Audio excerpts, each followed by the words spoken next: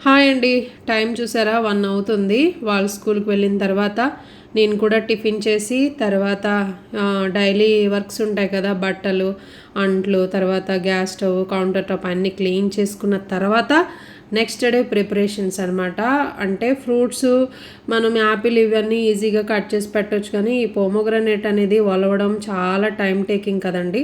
So, అందుకని అలా అని ఒలవకుండా వదిలేసామనుకో అవి ఎండిపోయి, డ్రై అయిపోయి పాడైపోతాయి. ఇప్పుడు ఫ్రూట్స్ కూడా చాలా కాస్ట్ ఉన్నాయి కదా! అందుకని నేనేం చేశానంటే 5 కాయలు మొత్తం ఒలిసి ఒక గిన్నెలో పెట్టేశాను. ఇంక ఇవి వచ్చేసి అరకిలో గోరుచిక్కుళ్ళండి. మంచి ఫైబర్ కదా ఇది. మా ఇంట్లో బాగా తింటారు ఇవి. అందుకని ఇంకా ప్రతి వీక్ తీసుకుంటాము.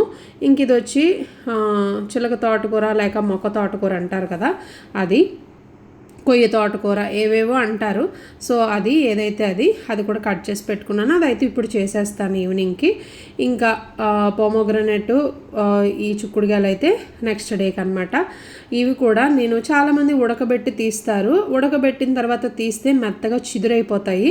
మనం ముందే పీలర్తో పీల్ చేసేసుకొని మనకి ఏ సైజ్ కావాలో ఆ సైజ్ కట్ చేసి పెట్టేసుకొని చక్కగా నెక్స్ట్ డే మనము కొంచెం ఉడకబెట్టుకొని ఉప్పేసి తర్వాత చిక్కుడుగాయ కారం చేస్తే చాలా బాగుంటుంది. కొబ్బరి కారం వేసి పప్పులోకి చాలా బాగుంటుంది నంచుకోవడానికి. ఓకే అండి, నచ్చితే లైక్ చేయండి.